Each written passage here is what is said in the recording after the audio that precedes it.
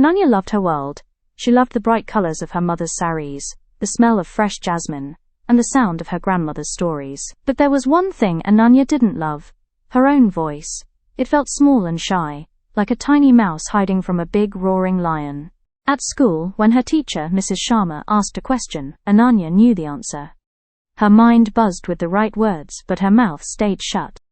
Other children, like Roya with her booming voice, would shout out, and Ananya would just shrink in her seat.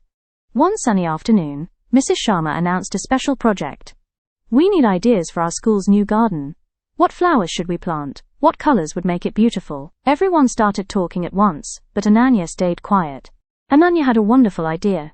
She imagined a garden filled with vibrant marigolds and fragrant tuberoses, not just for beauty but to attract buzzing bees and colorful butterflies. She even thought of a small, winding path made of smooth river stones. She practiced her idea in front of her reflection, whispering the words.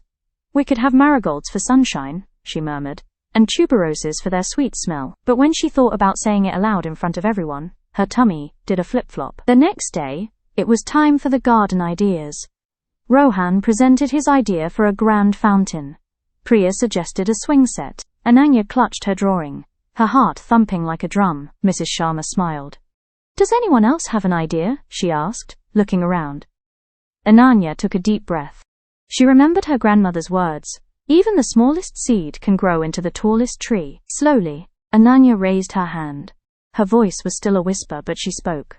I think we should have marigolds and tuberoses," she said, showing her drawing, "and a path for the bees and butterflies." A few children giggled, but Mrs. Sharma listened carefully.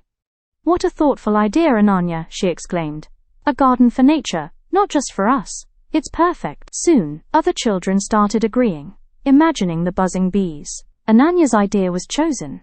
As the garden bloomed with colorful marigolds and fragrant tuberoses, and the bees danced around the winding path, Ananya learned a powerful lesson.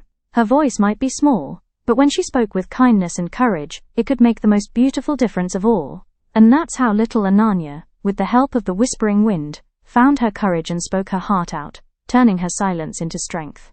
Every child has a voice waiting to be heard, and our storybooks help them discover it.